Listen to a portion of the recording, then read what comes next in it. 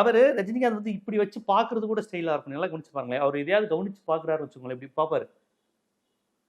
அது கூட ரொம்ப கூர்மையா கவனிக்கிறது கூட ஸ்டைலா இருக்கும். அவர் சீரியஸா இருக்கிறது, சிரிக்கிறது, காமெடிஸ் பண்றது, தத்துவம் சொல்றது, அறிவுரை பேசுறது, ஆன்மீகம் பேசுறது, எல்லாமே ஸ்டைலா இருக்கும். அந்த மேடையில சினிமாவில் நடிக்கிறதுக்கும் மேடையில பேசுறதே தனி ஸ்டைலா இருக்கும். அவர் சினிமாவில் நடிக்கிறதை விட மேடையில பேசுற ஸ்டைல், பாடி லாங்குவேஜ் கொடுங்க, அதுவுமே ஒரு ஒரு ஒரு ஸ்ட்ரக்சர்டா வடிவமைக்கப்பட்டதா இருக்கும் ரஜினிகாந்த். ஸோ ரஜினிகாந்த் ஒரு பஞ்சுகளின் ஒரு சாம்ராஜ்யம் தான். கிங் ஆஃப் பஞ்ச் டயலாக் அது ரஜினி தான். எம்ஜிஆரும் நிறைய டயலாக்லாம் பேசியிருப்பாரு. சத்யராஜ் சார் அடிக்கடி எம்ஜிஆருடைய பஞ்ச் டயலாக் தான் சொல்லுவார். என்னை நம்பாமல் கெட்டவர்கள் பலர் உண்டு, என்னை நம்பி கெட்டவர்கள் யாருமே இல்லை. இது சூப்பர் பஞ்ச் டயலாக்.